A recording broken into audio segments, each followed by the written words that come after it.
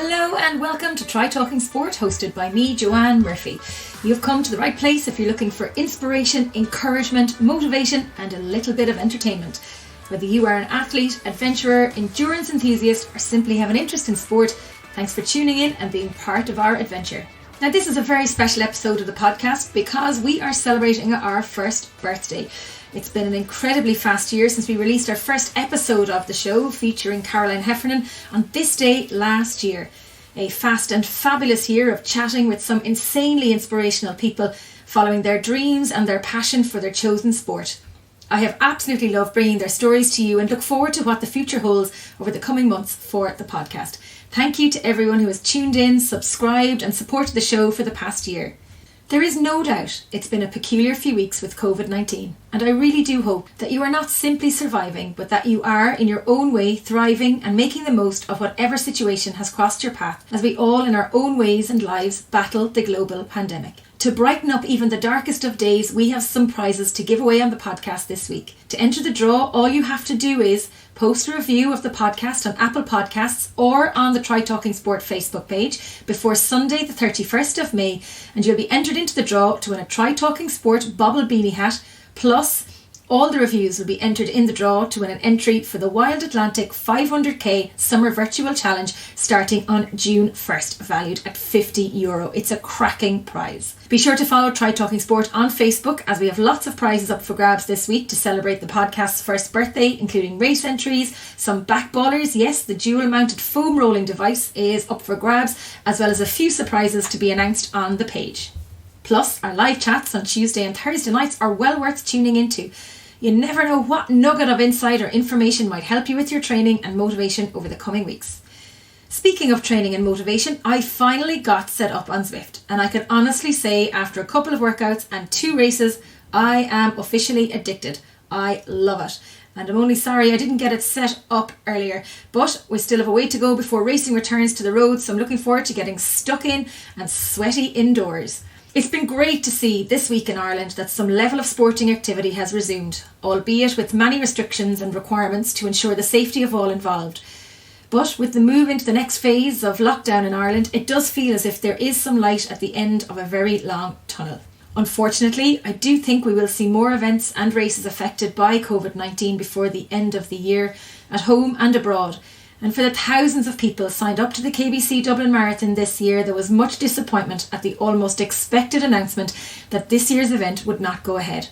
A difficult, albeit correct decision by the race organisers. And there's one thing for sure, the appetite for racing will be very, very high once we get the green light to go out and race again, whenever that may be.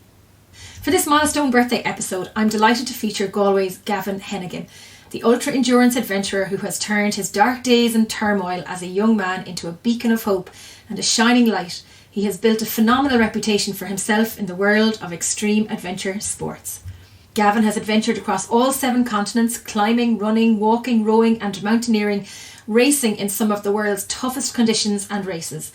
He has completed some of the longest and toughest winter ultras in the world, the Lycée 663 Arctic Ultra, tagged as the toughest, windiest, coldest ultra foot race in the world. He also completed the Yukon Arctic Ultra 500km race where he placed second, with the 3rd fastest time recorded at the time since its inception in 2003. He has also completed a solo crossing of the oldest and deepest lake in the world, 700 kilometres across the frozen Lake Baikal in Siberia in 2016.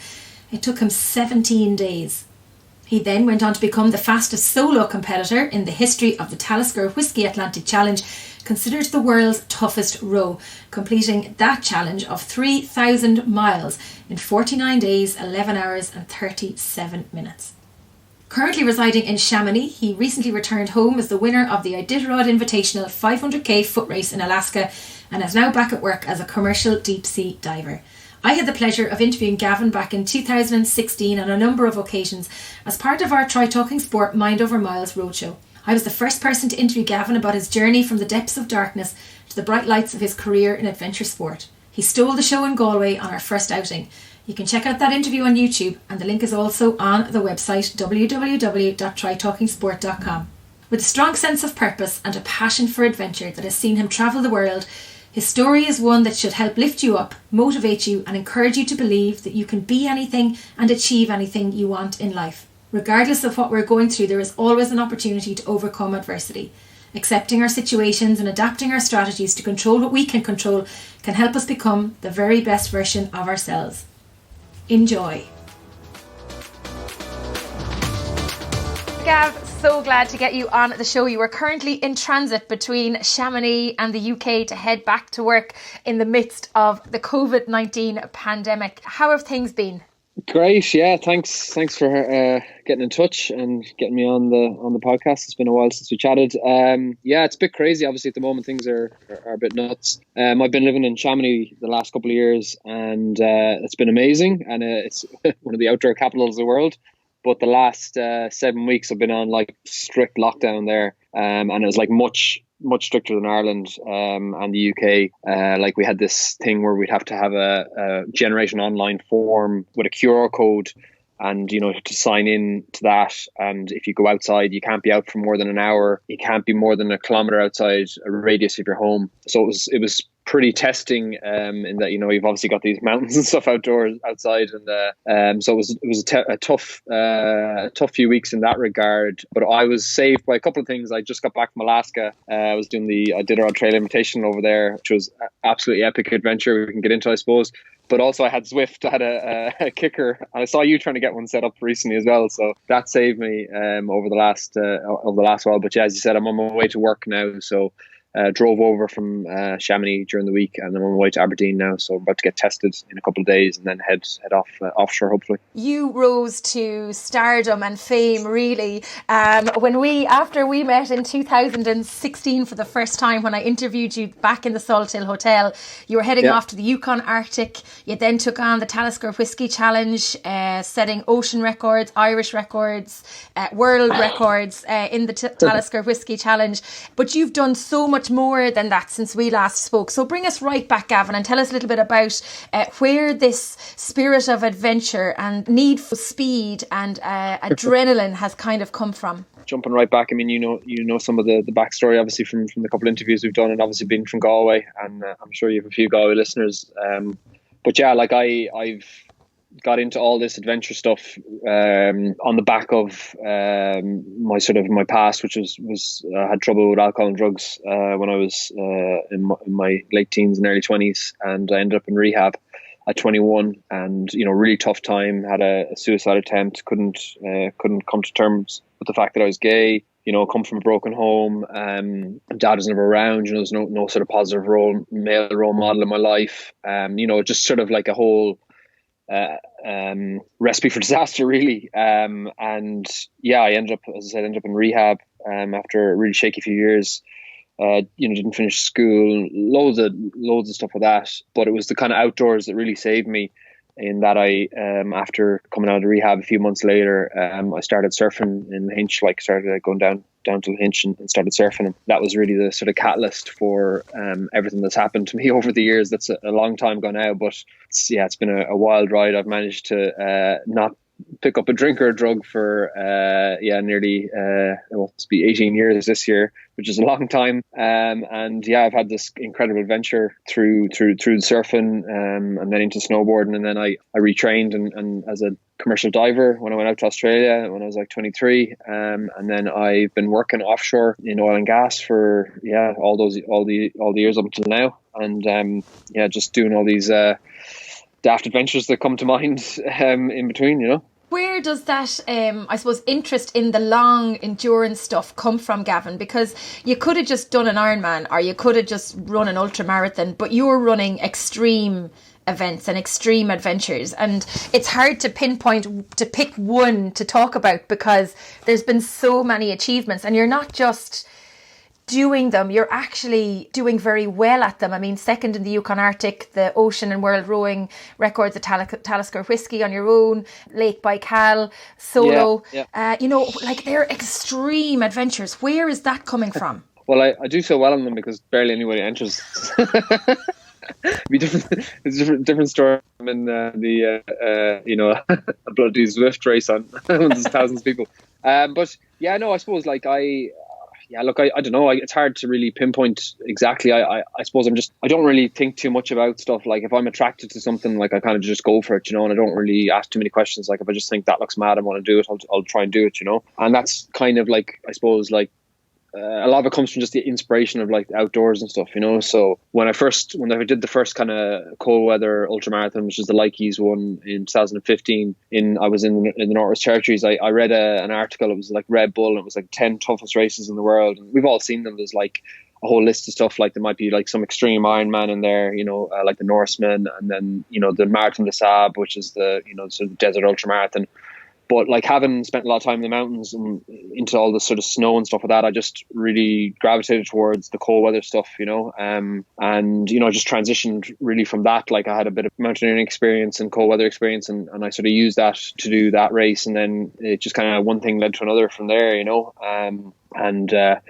yeah, like again, it's as I said, it's hard to pinpoint the exact thing, but I always just leave myself open to inspiration. Like I don't really know what I'll be doing next. But obviously it's hard to plan things at the moment. But it's just all about inspiration and sort of being open to that. Being open to different experiences. And we could go back and talk about the situation you were in your teens and your early 20s. But actually, I prefer to focus on some of the positive stuff that's come out of that decision to actually start surfing in Lahinch, because becoming a commercial diver is one of the most dangerous jobs in the world. So even making that decision to do that ties back into a lot of the endurance stuff, because some of that stuff that you do is self-supported and also quite dangerous. Yeah, definitely. I mean, so I mean, diving is dangerous. Like it's risky, but like part of the appeal with diving and part of the appeal with like the extreme events is like mitigating those risks. Like people always kind of, people who don't really know me personally would just kind of assume that I'm some sort of like adrenaline junkie and reckless, you know what I mean? But like I'm not. Like I'm very, very safe in what I do, and I think things through. I don't just go out without sort of any sort of experience and any preparation. A lot of the stuff I do, there's a lot of thought that goes into it, and a lot of mitigation of the risks, and that comes from diving. Like diving was a very, very, very dangerous, very high risk job. In the early days, there was a lot of people killed, but nowadays it's very, very safe. It's probably the most heavily regulated safety industry in the world, so there's a lot there, like, and I've kind of transferred that into like all my adventures, and sort of like trying to make things safe. That's kind of, I suppose how I operate, but that doesn't stop me from getting in some hairy situations, you know what I mean? As you do when you're on a boat in the middle of the ocean, or you're, walking across Alaska, like, so, it doesn't, but that's part of the buzz. Like it's going out there into the unknown and taking on like a really big challenge, something that's like bigger than yourself, So talk to me about your most recent challenge. We'll start there maybe and work a little bit back, because you have just come back from the Iditarod, I think is how you pronounce it. That's how you say it. Well done. Good first pronunciation. It's a hard one. I've been practicing all morning. Yeah, so I was really lucky. I got back to France on like, I think it was the 12th of March, and we went into lockdown like a few days later, like a week later. So like I've been planning this race since last year, and I've had a couple of tough years with endurance events. I've had a few stress fractures, and I was unable to do a few different things. I really try to look after myself training wise, and not like it was the stress fractures that I had were all in training. So anyways, so I went to Alaska there in February, and I did the Iditarod Trail Invitational, which is this 500 kilometer long winter ultramarathon on the Iditarod Trail, which is this trail that goes from just outside Anchorage, the capital of Alaska, it actually goes all the way to Nome in the Bering Sea, which is like a full 1,000 miles. But I did the 350 mile version, the short version. And so that was on foot, and I had a sled with me with all my survival gear in it. And it was like very much like the Yukon and the Likey's race. Absolutely incredible adventure. It took me 6.5 days, and I actually ended up winning the thing, which was cool. But it was more about trying to finish in one piece, really, which I managed to do. But yeah, it was actually a crazy adventure. There was a lot of wildlife out there, a lot of big angry moose on the trail. I saw a lynx out there, bison, had like lots of wolf tracks. Yeah, it was just absolutely epic adventure, really. So how do you mitigate against the moose risks when you're taking on the Iditarod? Yeah, the problem this year, like I didn't really know moose, were such a problem, but they had a lot of snow this year, so the actual trail goes through the forest and over lakes and onto rivers and stuff like that. It was a lot of snow this year, so the snow was really deep, and the moose in the winter have a tough time as it is getting food. They're very, very big animals. I mean, they could be like sort of 8 feet. 10 feet tall, and like they weigh like 600-800 kilos more, even because they're so heavy. Like they post hole down into the snow, and what happens is obviously it's harder for them to travel in the deep snow, so they get onto the trail. The trail is quite hard packed, and they walk on the trail, and of course you could be walking and running along and then you come across a moose, and a lot of the time they don't move. They just kind of get a bit wary of you, and they look at you, and then you have to just wait for them to move. So I got stuck a couple of times. Like I saw them up ahead and I stopped and waited for them to move, and it wasn't too bad. But two of the other racers, one guy actually got properly trampled by one, like ran him over, and then another guy got his bike actually broken. Like he had to jumped off his bike and jumped up a tree, and the moose trampled on his derailleur and broke his bike. So yeah, it's turned out to be pretty high risk actually with the moose. So yeah, you had to be pretty you couldn't be going around with like music on and stuff. You had to be pretty aware of the surroundings most of the time when you're out there. But that must have been fairly difficult in terms of like sleep deprivation and how you managed your energy and your focus to stay going for the 6.5 days. In 6.5 days, I think I averaged about less than 2 hours sleep a day. So it was probably an hour. I think I worked out an hour and 45 minutes sleep a day. And that was different. Like I didn't sleep for the first kind of 48 hours, close to 48 hours. And then I slept like along the way in different checkpoints. So yeah, like after about 3 days, I was, very, very sleep deprived.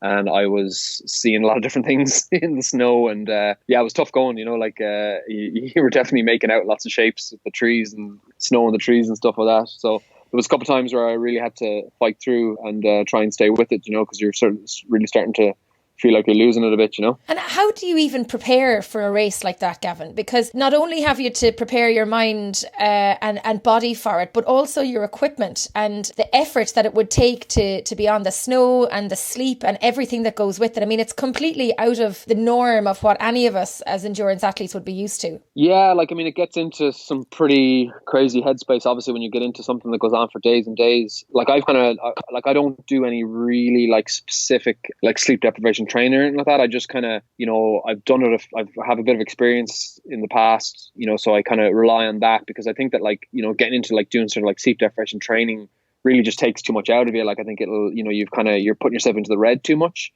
and likewise, a race that's like 500 kilometers long, it's very hard to like really prepare for that in the same way that you'd prepare for like a marathon. Like if you're doing a marathon, or an Ironman or something, you're going to test out the distances, up to a point, but you mightn't put the whole thing together, and you can't really do that with the length of the race, the Iditarod. So a lot of it is unknown, and I am relying a bit on experience, but that's part of the attraction, is that you are in some way, you're not fully prepared. And that's the risk, and that's the gamble that you're taking with yourself. And that to me, that's interesting, because I think, when people do training for stuff, there's a lot of like control with stuff, and they feel like they have everything under control, and that they have everything planned out. They have all their nutrition planned out, and everything's like, all their I's are dotted and their T's are crossed. But like that all goes out the window when you do something like the Iditarod, and that all goes out the window for a lot of people when they do an Ironman or when they do something very long, and it's how you react in those situations. How do you adapt in the moment? When you can't stick to an exact plan, and that's the real test, and that's why stuff like the Iditarod is really interesting to me. And this particular race is one I'm probably going to go back to next year, because they actually don't have any compulsory gear. Like there's no like safety checks or anything like that. It's you decide for yourself, because you get vetted before you go there. They call it an invitational, because you get invited to go and you have to have like a CV of stuff. You're making decisions for yourself, and that's really, really important for me. Like in the adventures that I do, is that like it's all about decision making. Everything, and it might sound really, really simple, but it all comes down to the decisions you make impact what happens to you during the race, and whether or not you're going to get an outcome or not. And it's the same thing for anyone doing any sort of race, it's all about decision making. But how can you even make decisions when you're sleep deprived 5-6 days into a race? Or is that part of the whole process of it as well? That's part of it, because that's the test, isn't it? Can you make those decisions under extreme duress? Have you got enough awareness to say, right, well, I'm feeling like a blister's happening on my foot. I'm going to stop and deal with that now, or I need to eat now, or I need to sleep now, or I need to do X, Y, and Z. And when you're in like minus 40 in, the Alaska and stuff, obviously it makes all that sort of stuff much, much harder. But that's part of the test, And that's kind of what it sort of attracts me to that, because again, like, you can't really experience that, or you can't really test yourself unless you're kind of thrown in at the deep end a little bit, and that's kind of, I suppose, that's part of why I do it, and what attracts me to it. I suppose the number of athletes taking part in this is quite small. Is there a bit of camaraderie between those of you that are within that circle of ultra endurance? Is there a bit of support out there, or is it every man or woman for themselves? Oh, no, I mean, like, that particular race now, like, because, like I was saying, there's not a whole lot of input from the organisation in terms of, like, gear or, like, GPS tracks or stuff like that. It's kind of like you're kind of left to yourself. That we had a lot of community on a Facebook group, and, like, a lot of people went back again for a second, third time. So they had a lot of experience. So there was a lot of, camaraderie there in terms of, like, helping people out, And then obviously the race, this particular race, I started off in the lead, and the guy who won it the year before, caught up with me pretty quick on. I knew he was quick, and we were together, and we ended up staying together for half the race. Now, he ended up dropping out because he hurt his Achilles, but like, we were working together, you know what I mean? Because like, there'd been a lot of fresh snow, and like, we had to break trail on the trail, and we were wearing snowshoes, so we had to work together, and it was in both of our it would help both of us, so there was definitely camaraderie there. Unfortunately, he had to drop out with an Achilles injury, as I said, but I ended up going on my own then after that. So yeah, there's definitely it's such a small circle of people. I think there was 20 people on foot, and a lot more people on bike, and then a couple of people on ski that did this particular race. But yeah, it's a small world. And you'll definitely run into the same people if you do more and more of these races. And then, Gavin, in terms of managing your nutrition, I presume you have to carry everything with you for this race. That there aren't like pit stops along the way. I presume there's checkpoints that you have to check in with. Yeah, there's checkpoints with some food, but yeah, you're carrying a lot of it with you, and then they have drop bags on the way, so you pack a drop bag before the start, and that gets sent on to a couple of checkpoints. So yeah, you're bringing sort of some freeze dried meals and stuff, and then I brought 2 flasks of hot water that I'd fill up in the checkpoints, so I could pour that in and have a proper meal. And then the rest of the time I'm eating a lot of just snack food, like protein bars and like sweets and stuff like that. But obviously in the cold, like stuff like something like a Cliff Bar or any of those, like, if you don't break it up into small little pieces, they'll just freeze into a solid block, and you'll break your teeth in them. So you got to think about things like that won't turn into complete stones. So yeah, you have to look after that stuff. But yeah, I'm not quite very pinpoint on my nutrition. When I first started doing a lot of these endurance events, I sort of was I have to get, because I'm burning like, say, up to like 10,000 calories a day, I need to get like at least 6 into me, and like 6,000 calories is a ridiculous amount of food. Like, so it turns into an eating competition then, more so than a race. So yeah, I'm always in a deficit. That's just the bottom line. And I've learned to operate in a deficit. So a lot of my training, like, I do a lot of fasted runs and stuff like that. So I'd kind of be a pretty decent fat burner. And then like, I'll fuel up like a lot at like a checkpoint. If I get there, I can get a couple of meals, but a lot of the time, like, I'm sort of not really too fussed. And also, I'm not really I'm operating in zone 2, so I'm in a low heart rate stuff. Like, my heart rate will be going above 140. I'm not really tapping into a lot of glycogen stores, like, I'm not in tempo. So like, I'm not really, I still need to get a lot of calories into me, but I don't, I'm not like needing to do that sort of 100 calories every hour or whatever. I'm not really that strict about it, so. But what about sweating, Gavin? Because I imagine you're sweating within all the kit that you have. So in terms of, keeping your kit dry, but also staying hydrated, must be difficult. Yeah, so it's tough in cold weather, because it's you can still sweat, obviously, but you don't feel it, like, and then you can still get dehydrated, but it's hard to drink because obviously it's cold. It's different when you're in somewhere warm, and so you really have to keep on top of that hydration stuff, because actually it's one of the precursors for frostbite, is being dehydrated. So I had like, obviously then you think about like in minus 40, like everything's going to freeze, so I had a Salomon running vest. I wear that underneath my base layer, and I had a 2-liter bladder in that, and then I had a hose coming in underneath my arm, I had that doubly insulated with like pipe lagging and like neoprene. And then I'd be able to drink that, and you drink out of the hose, and you have to blow back in to blow the fluid back, because there's a chance that it could easily freeze. So you have to remember to do that. You got to get into the habit of take a drink out of it and then blow back in to get fluid out of the hose and back into the bladder. So yeah, I'd have that, and then I'd have as I mentioned earlier, I have those flasks so I could keep topped up as well. So I was able to carry like probably close to 5 liters actually altogether. And then, as you said about the sweating, then like if you start running or you're pushing it a bit and you've got extra layers on, then you can start getting wet underneath, and then you can stop. And then if it's like minus 40 like it was a lot of the time, that'll freeze, and then you're in big trouble. So you got to really manage the layering system.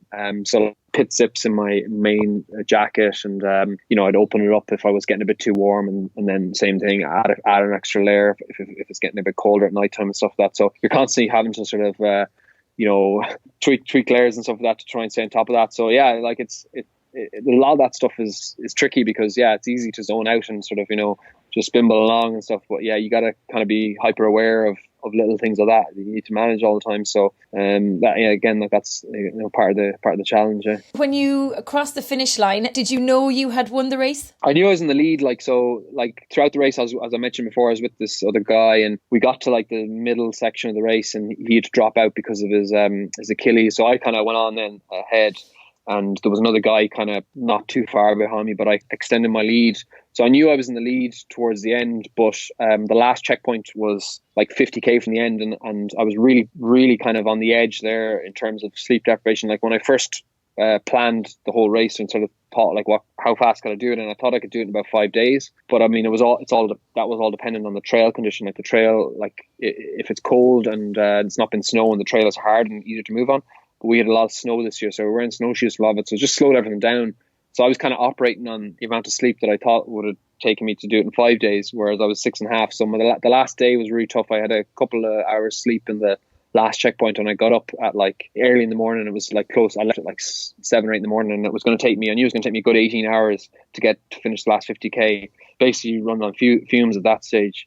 And the last few hours were absolutely excruciating, because it had gotten dark and I was really, really fighting the sleep monsters at that stage. I was like literally falling asleep on my feet, and I was having to like get snow and rub it in my face to try and keep myself awake. And like I was seeing all sorts. The hallucinations at this stage were so uncontrollable. Usually like I'm walking along and I could see I see a tree with, like a little kind of almost like a Christmas tree sort of size with snow in it.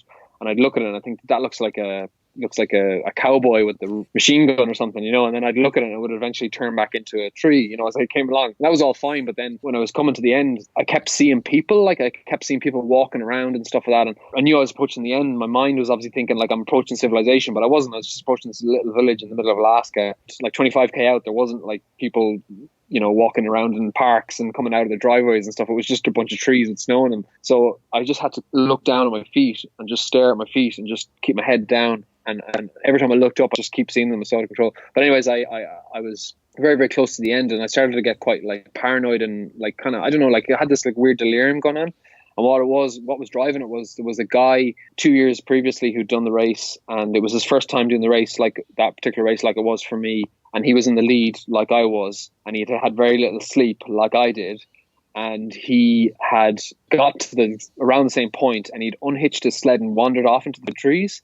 And a while later, they saw his tracker and hadn't moved, and they were concerned like what was going on, because they knew he was moving quickly and he was about to win the race. So they got some guys to go out in a snowmobile and see what was happening. And they found him like just kind of wandering around the forest, like in this sleep deprived delirium. I didn't know where he was or what he was doing. Now, luckily, it hadn't been that cold, or he probably would have, lost fingers or toes, because of the frostbite. So he had like that was his race over, like, on the very last hurdle. And of course, this was going through my head that this was happening to me, and I was really paranoid. I was like, they can all see my tracker now. And, it's they're going to come and get me any minute, and they're going to like, tell me my race is over and all this. And I was just like, had this craziness going on. Of course, it couldn't have been farther from the street. Like nobody was watching the tracker, because it was like the middle of the night, and I was just moving along anyway. And I got to the finish line, and it's somebody's house, but there's people that finished ahead of me on bikes and stuff. But there was one volunteer that came out to meet me, so I wandered up this lonely road in the middle of Alaska, and there's this one girl who came out to meet me, and it was quite funny because my mum and this other woman, Claire, from who lives in Alaska, she's from West Cork. they had gotten in touch with her and they were like, oh, we forgot to give him a flag. Can you make like an Irish flag? So she made this, like, she printed off a bunch of paper and she made this little Irish flag out. So she stood outside this house at 3 o'clock in the morning, in this little village in Alaska, like waving this flag. And she, I was just like absolutely delighted to make it at the end. And she got a few photos of me there, so it was pretty special, yeah. Because finishing an ultra endurance race like that is not like finishing a mass participation Ironman, marathon, or big cycle event. There is no fanfare. It's literally just you, and might even be like a stake in the ground to say you've finished, and somebody that'll confirm that you're alive crossing the finish line. Yeah, exactly. It was just a case of like, mum and everyone at home watching the tracker, and then me arriving into this house in the middle of the night in this village in Alaska. So I don't do it for the fanfare, I'm doing it for myself, you know what I mean? And I'm not interested in that sort of stuff. Like I'm just happy that I had that experience on my own out there for 6.5 days, and that was incredibly rewarding. And it was amazing to make this finish. Gavin, you mentioned there that the other athlete ditched his sled, but what weight is the sled that you're carrying or that you're dragging through the snow with you? It must be very difficult to actually physically be able to pull that sled behind you. Mine weighed about 25 kilos, and it wasn't too bad. Like, it slides on the snow. Like, I would have done a lot of training in the past with like dragging a tire and stuff like that. But that's actually tires harder because there's a lot more friction, sled on the snow can run quite well, but again, it depends on the snow, because like we had a lot of snow, so it was deeper the snow, the harder it is to pull. And then obviously going up a hill, it's tougher, and then when you're coming down a hill, you kind of have to, the sled can like take you out from behind, because if it's too steep, it'll run out and catch you. So yeah, it's like, it's unbelievably burdensome to have the thing, to be dragging the thing along. But it's got your sort of lifeline in it, your bivvy and your stove and stuff like that. And yeah, it's not easy, but it becomes part of it, and you get used to it. And it's strange once you unclip it and you start walking around. You're like, God, it feels so nice just to not be dragging a bit of a dead weight behind me. How was the recovery after the race? My feet were in a bad way. So basically, I pretty good at managing my feet. Like, so I had a second pair of runners in the sled. They were a half size bigger than my normal pair. So my feet will start to swell naturally after a couple of days, and I change socks regularly and stuff like that. And I have like this spray that I put on my feet before the race to harden the skin up. Like, it's kind of got some methylated spirits and stuff like that. So harden the skin up, so it kind of makes it blister resistant. But you're still going to be kind of struggling, with it at some stage. And towards the end, I ended up kind of neglecting my feet a little bit, because I just was like, just get this thing done. I don't care what they are. So by the time I finished, I had quite a few bad blisters on my feet. And then I got in to the house in the middle of the night, and the volunteer was there, and she got me some food, and I literally just fell on the ground and went to sleep. Like, I threw my legs up on this sort of couch. So they were elevated. And slept for a few hours, and I woke up then, and I'd really puffed out then. My face was really swollen, like everything, like just kind of like my body went into shutdown mode, and I really was struggling to do anything, and I could barely walk, and everyone was like looking at me like, in the house, because there was bikers that finished ahead of me, obviously, because they're on bikes, but they didn't finish that far ahead of me. Like, they were, some of them were quite close to me. I beat a lot of the bikers, so they knew that I'd definitely gone into the red to finish in 6.5 days. Most people finished, like the next guy finished a day after me, and then the rest of the 20 people on foot all finished between sort of 7 and 10 days. But yeah, so I was in a right old state, and I knew I was flying out a couple of days later back to Anchorage, and then the day after I was flying back to France. And like that first 24 hours, like I actually couldn't fathom leaving. I was like, I don't know how I'm going to get it together to leave. But the family that hosts us there in McGrath, the village, were really good. They just like basically just kept putting food in front of me and just like drink, eat, and I just was like lying on the couch, for the best part of 3 days, and I slowly sort of got it together and eventually got out of there. And then the flight back was hard, but I had the compression socks on and stuff like that. But yeah, once I got back, it wasn't too bad. Like, I was a couple of weeks of not doing a whole lot, just lying on the couch and stuff like that. But when it's lockdown not far after that, so kind of suited me in one way, because I was just in full recovery mode, with regards to that. I was just watching a lot of Netflix and eating a lot of food. So it worked out pretty all right. Perfect recovery.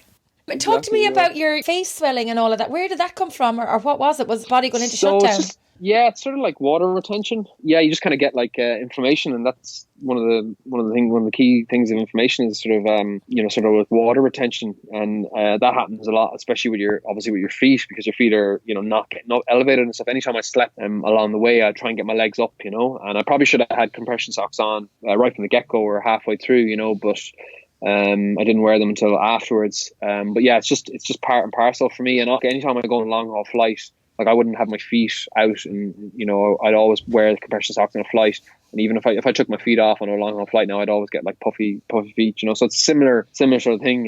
It's just pooling of blood and fluid. In the lower limbs, and it's just abuse, John. Like it's, you know what I mean? Like I was pushed it, in regards sleep deprivation, and sort of like put my body through a lot of torture. You know what I mean? So it's just some of the consequences, really. Of all of the events that you've done, Gavin, what has been the highlight of your sporting achievements so far? Well, I suppose the row. Obviously, the rows, like the Alaskan events or the cold water stuff is something I've obviously gone back to again and again because it's easy enough to organise. But the row was a huge thing, like rowing across the Atlantic solo in the Talisker Whiskey Atlantic Challenge, and doing really well on that, and just putting that together was just a massive ordeal, and also challenge.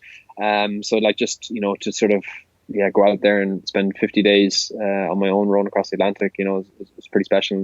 And the logistics would have been massive, but also the fact that you had never rowed before you decided to row the Atlantic. That was my first rowing race across the Atlantic. It's a pretty good stat there, Yeah. So how did you get yourself ready for the row? Well, I had the boat early on, about a year before the start of the row. Drove over to the UK, brought it back. So there's a lot of prep there in Galway, out in Renville out there. Had the boat out there in my friend's Henry's house, and then I'd be launching from there and rowing out. I rowed out to the Aran Islands, and I did a row from Kerry up to Galway as well at the end of the summer in some pretty hairy weather. So there was a lot of prep there. But still nothing like, the most I spent was 2 days on the boat, compared to obviously 49 on the ocean. But like rowing around the coast and stuff like that is tricky with the boat. It's, they're not really designed for good steering. Obviously rowing, you're facing the wrong way, and, the ocean rowing boats are designed to go across an ocean. They're not designed to deal with local tides and currents and winds and stuff like that. So yeah, banged into a few boats out in Renville, and had a few hairy moments trying to get the thing in and out of the water, back onto the trailer. So it was definitely tricky, the preparation, and obviously learning everything, like learning to row properly. But it turned out actually the actual like sort of proper rowing technique isn't really required. The way they feather the blades and stuff like that, like that's all fine and well on flat water, but flat water rowing is flat water rowing. Like the ocean is not flat. You could be out there and you'll have one oar up in the air and the other one buried into the water. So it's more kind of sort of small boat handling, seamanship, mental resilience, sort of all that sort of stuff that becomes more important than sort of actual good rowing technique, because there was actually one of the races the year before that I did it. They had got a few guys like Olympic trials rowers from America, and they were hoping to break the world record. And one of them had to get rescued after a week because he was violently seasick, So like I said, you can be the best rower in the world, but you need to be pretty good at your seamanship skills really to survive out there. In terms of being alone and being on your own for that length of time, Gavin, a lot of us would go a bit crazy. There's a lot of people cocooning here in Ireland who are having very little, and across the world that are having very little interaction other than Zoom calls, Skype calls, whatever they're doing. They're not seeing their families, in an enforced situation. But you chose to go out and do all these, or choose to go out and do all of these events on your own. Do you enjoy the time alone, and what goes through your mind? Yeah,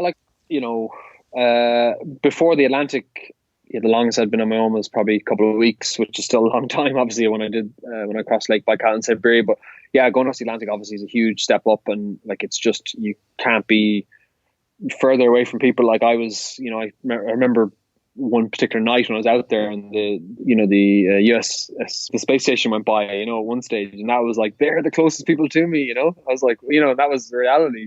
I was that far from, because all the other boats were massively spread out, and so it's a huge challenge. Don't get me wrong, but I think the tricky thing with COVID and the pandemic at the moment, and like I've been asked about it a few times, obviously, because like on my job I face extreme isolation as well. I live inside a chamber for 28 days as a saturation diver, which we can talk more about. But like obviously I'm on my own for those 49 days. I didn't see another human for 49 days. But I had like a lot of purpose then, like I was like, right, I've got a mission here. I've got to get to the other side, and I've got to piece it all together and do my own and manage myself and blah, blah, blah.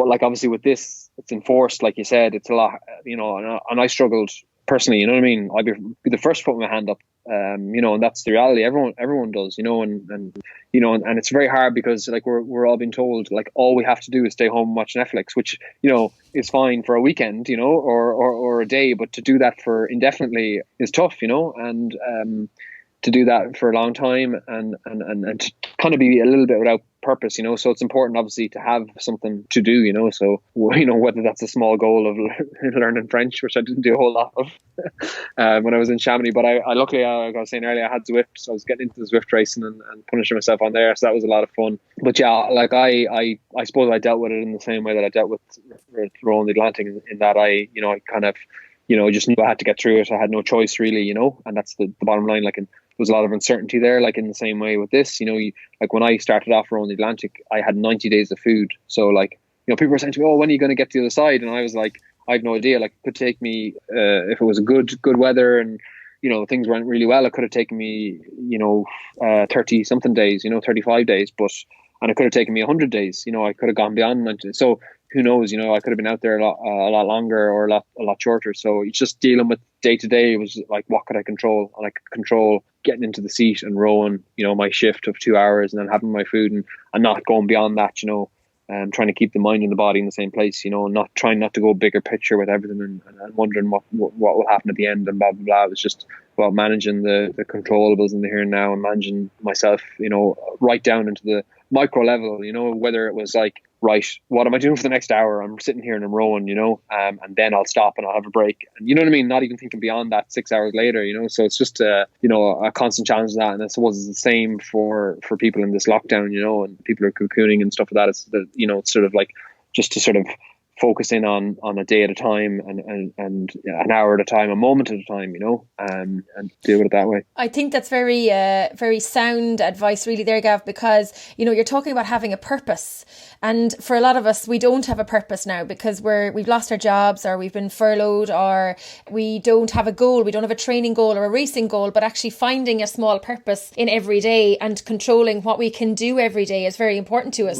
But you also mentioned resilience, Gavin, and I think that you've shown over what you've come to as a child and a teenager and gone through in your sporting success and also through your career, which we've barely touched on, a huge amount of resilience. Yeah, I mean, it's funny. I get asked about it a lot because, it's obviously there's, rowing the Atlantic and doing these events, like, would be seen as something that, you need a lot of resilience to do and stuff like that. And for me, I think that, I don't think resilience is exclusive to somebody who does like something really, really tough. I think everybody has it, within themselves. It's just you need to recognize it, and that's, it's really hard. Like, there's a lot of like this sort of narrative of, our grandfathers went to war and, nowadays kids don't know about anything and blah, blah, blah, and all that's like just hammering people down a bit, and I think like everybody is resilient and they can be resilient if they push themselves to do something. If they put themselves in the deep end, you will surprise yourself. And that's what I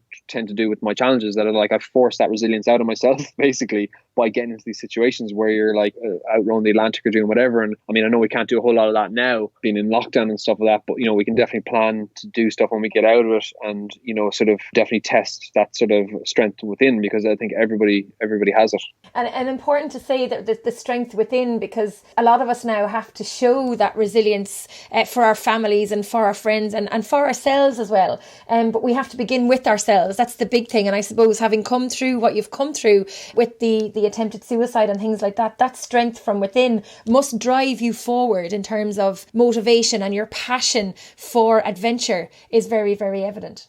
Yeah, when I was preparing for the Atlantic, I bought the boat myself and I basically quit my job. I told them I wasn't coming back because I'm preparing for this. So I was kind of like, there was a lot of uncertainties and didn't get the like massive paycheck of sponsorships that I was hoping to get. A lot of people were just like, you're doing what? I had people afterwards tell me, oh, I wish I'd gotten behind you a bit more, Don't get me wrong, there was definitely, I had a lot of support, but like financially, like I paid for most of it myself, created this huge amount of uncertainty within myself and a lot of questions and stuff. I was listening to like I think it was a sports psychology podcast, and this guy had said in it, stop listening to yourself and start talking to yourself. Quite profound for me. Like I'm not the best with like motivational quotes, but this one particular one was really, really good. It really it made sense to me at the time, because I had a lot of doubt, in my mind, and a lot of uncertainty. And I actually had to write it on my mirror. So, staying in Galway at the time, and wrote this: stop listening to yourself and start talking to yourself on the mirror, because the penny really dropped for me that it's that thing of like, if you're going to constantly listen to that doubt, and you're going to constantly listen to that fear, you're not really going to achieve a whole lot, or you're not going to get over the line.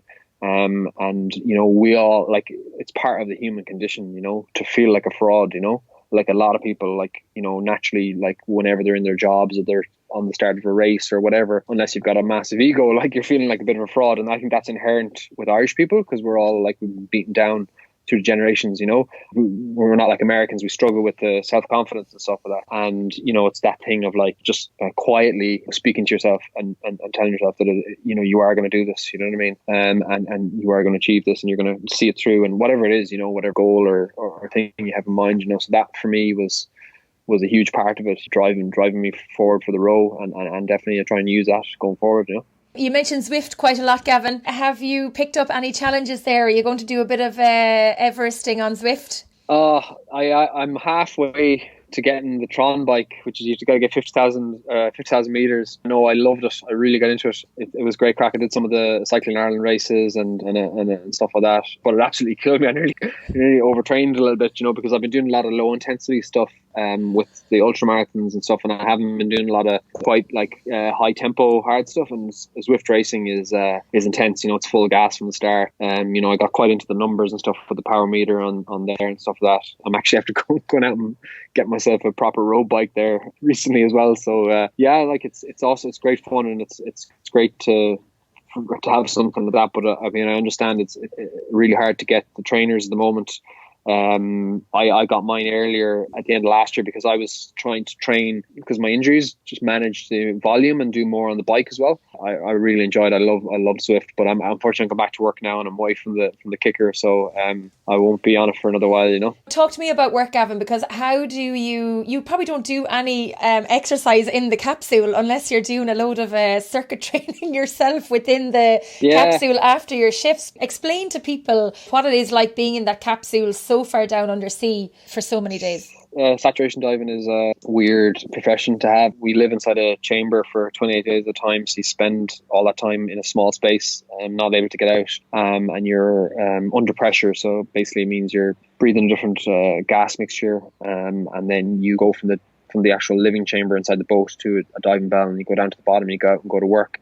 So it's quite a small space in there. And I get to do burpees and sort of body weight stuff. And I think we're after getting a proper little exercise bike in there. It's not a watt bike or anything, but be able to do a bit of spinning for the legs. The other problem is really that we breathe a different gas mixture, so we were actually making less red blood cells. So it's like the opposite, obviously, to altitude.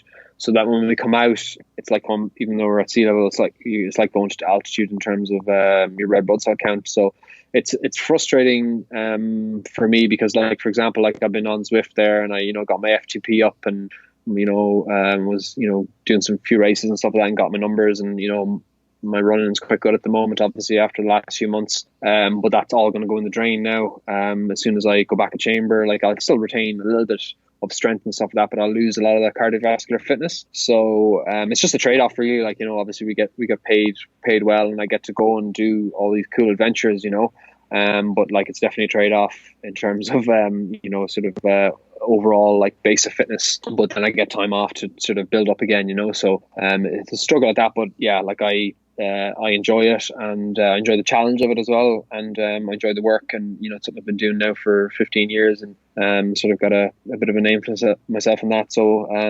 it's not too bad, but as I said, it's definitely not a normal 9 to 5 by any stretch of the imagination. Speaking of when you come back out of the chamber and back from work, when this stint finishes, what are on the cards for the end of 2020, maybe racing wise, or 2021? Have you any plans made, or are you going to give us a little bit of an insight into what might be going on? Well, obviously we'll wait and see what happens with stuff. I'll get back to Chamonix, and I'll be trail running over there and cycling and paragliding and doing all my usual mountain activities. But yeah, hopefully I'll go back to Alaska next February. The when you do the Iditarod Trail Invitational 350 mile, you need to do that first, and then you qualify for the 1,000 mile, which is obviously exponentially more and in distance and time. It's not something that people do very often. I think only 13 people have completed it on foot. So it'll be a full close to 30 days, very much unsupported. Like once you go beyond the 350 mile distance, you're kind of in the wilds for days on end, So fingers crossed, things calm down with COVID. I don't have all my eggs in one basket. Obviously there's bigger things happening in the world right now than me heading off into the wilds of Alaska. Obviously delighted with the success of being able to go to Alaska and then, get back in time and isolate and stuff like that. A lot of people have had stuff cancelled, and obviously super frustrating for all these summer's events. I mean, I'm sure you could tell a few stories now with the Ironman and stuff. Jeez, yeah. So I think everyone's kind of tentatively just waiting to see what happens over the next few months. So yeah, like in the back of my mind, I'm gonna be focusing on that and training for it, but at the same time willing to let go of it as well, because who knows what's going to happen. Gavin, I want to ask you a question before we finish up around staying positive. And in these times, we know that in Ireland and across the world we're facing a global pandemic, and we're doing quite well here in Ireland with it. But there's going to be a lot of individuals who aren't going to do quite well with it from the mental side of things, and that the mental health might be the next big pandemic that will hit Ireland because people are at home, they've lost their jobs. We all know the stories, and there's loads of things going on for individuals. If somebody is feeling a little bit overwhelmed by everything, or maybe a little bit anxious, is there anything that you could encourage them to do to kind of stay on the positive side of mindset rather than spiraling into a negative? And I know you were a big supporter of Jigsaw through your Atlantic Row, and I'm not looking for professional answers, I suppose, from a personal perspective, because that's not what you do. From a personal perspective, if somebody is listening in to the show today and they're sitting on the turbo or out for a run, are they the best things for them to be doing to stay positive? Or, how do we keep those demons from the door while we're all at home? Yeah, I mean, it's funny because I think nowadays there's a lot of this whole positivity thing, and I've got a kind of obscure view on the whole thing. And for me, it's not so much about trying to stay positive, because for me that's kind of forcing it a little bit. The only constant is change. So sometimes you're going to feel bad, sometimes you're going to feel good. And the only way I can really properly relate this is talking about my adventures, and obviously my most recent one being in Alaska. I was going out there for 6.5 days into the unknown, pushing myself, and there's going to be a point in that 6 days when things are going to be bad, and for me it's about accepting that that's going to happen and that I'm going to be able to ride through that. And if I am going to be trying to force a whole lot of positivity on myself when I'm down in the dumps, that's going to take me more energy. Now I realize that obviously if somebody's down and out in a big way, more times than good, then there's deeper mental health issues there, and that's something that I'm not qualified to talk about. But for me personally, I realize as somebody who generally is quite motivated and obviously likes to go out and do a whole lot of stuff, but I have down days as well. I've bad times, and I don't generally try and force change too much on myself. What I do is I just accept that there is a bit of darkness there, and I think that's half the battle, is that because we're too afraid to face that darkness, we're too afraid to be anxious, we're too afraid to feel fear, and really it's about acceptance. So if you're having a down day, if you're feeling anxious, the only way you're going to get through that anxiousness is to actually be in it and experience it. That's where the courage is. Because if you're one of these people that's oh no, I don't dare ever be anxious or be in fear because I've got all this positivity around me, that bubble, that's a fake bubble. Sorry to call you out, but if you're constantly ramming spiritual and positivity quotes down everyone's neck and down your own neck, and not really facing your darkness and your own demons, it's just a fake life. So for me, it's really about saying, right, I'm going to go through these demons, and like I said, the only constant is change. For me, I will go through the bad times and I'll come out the other side of it, and that's the reality. For me, it's about not forcing things. It's trying to force a square peg into a round hole. That's the best way of describing it. Just accepting that, I'm going to have a bad day. And as I said, I was the first to put my hand up. I've struggled through the COVID things. I've had days where, I was hoping to jump on the turbo and do a whole lot, but I didn't. I ended up watching Netflix on the couch, and you know what I mean? That was I just accepted that, and I knew that I'd regain that again. And I know a lot of people listening to your podcast are people who are generally people who are into training and fitness and stuff like that. And we don't have the problem with motivation at the end of the day. Like, we have a problem with expecting too much of ourselves and giving ourselves a hard time because we're not doing enough, and forcing ourselves to do more training sessions and more blah, blah, blah. And, not allowing ourselves that downtime or allowing ourselves that time to just be out. So, it's a tough one, because I suppose the party line is to, let's all be positive, but when the reality is, like, allow yourself to have a down day, allow yourself to be negative and accept that it's there. And I think you come out of that a lot quicker when you sort of like not force it, I think you make a very valid point in where you say allow yourself to face the fear or face the anxiety and to actually take that day off if you need it. And you don't have to be cleaning the house from top to bottom or having the perfect homeschooling or the perfect turbo session or win the Zwift race. If you need the day off, then take the day off, whether that's from your training or from your work or from whatever it is giving you the bit of anxiety. And spot on. And getting out in the fresh air, I think, as well, where you can get out in the fresh air. I'm sure you missed the mountains when you were in lockdown and you could only go within 1k. Yeah. There's a big change, but at least it'll make the settling into being back to work much easier, being stuck in the capsule as opposed to being in Chamonix. They just relaxed the lockdown there as of today, so I'm missing out on everyone running up the side of the mountains. But I've been in the UK a few days, so I've had a bit more freedom here, because obviously it's not strict, and I was able to do runs and bikes, But yeah, it's all good. I'm all right with going to work at the moment. My last question for you, Gavin: if there was any race in the world that you could do and win, what would it be? Oh, jeez. If you'd said that to me, let's say during the week, I probably would have said the Cycling Ireland Zwift League on Saturday mornings. Did it right there one of the mornings. I think I came in the top 10 in the B category, so it wasn't too bad. But I'm pretty impressed by some of the cyclists at the moment, because I've quite a grasp on the numbers, the FTPs and stuff, and some of these guys that weigh 10 kilos less than me, putting out 400 watts is pretty impressive. Well, I suppose, I don't know, if I could, I'd say something like Ultra Trail Mont Blanc would be a dream, because that's like my local race. That's obviously the biggest ultra trail marathon in the world. I've never ran it, but hopefully I'll run it in the next few years. I obviously living in Chamonix, so that would be a dream to win it, obviously, but even just to run it. I'd love to get back and do some stuff in Ireland. I'd love to do some of the Ironman stuff there as well. That'd be great, put it all together with all the cycling I've been doing, so hopefully we'll see about that as well. You'll have to sign up to the Ironman VR challenges now. At least then you can stay inside and get all your bits and pieces done. Yeah, I see people swimming in skips and all sorts of stuff like that.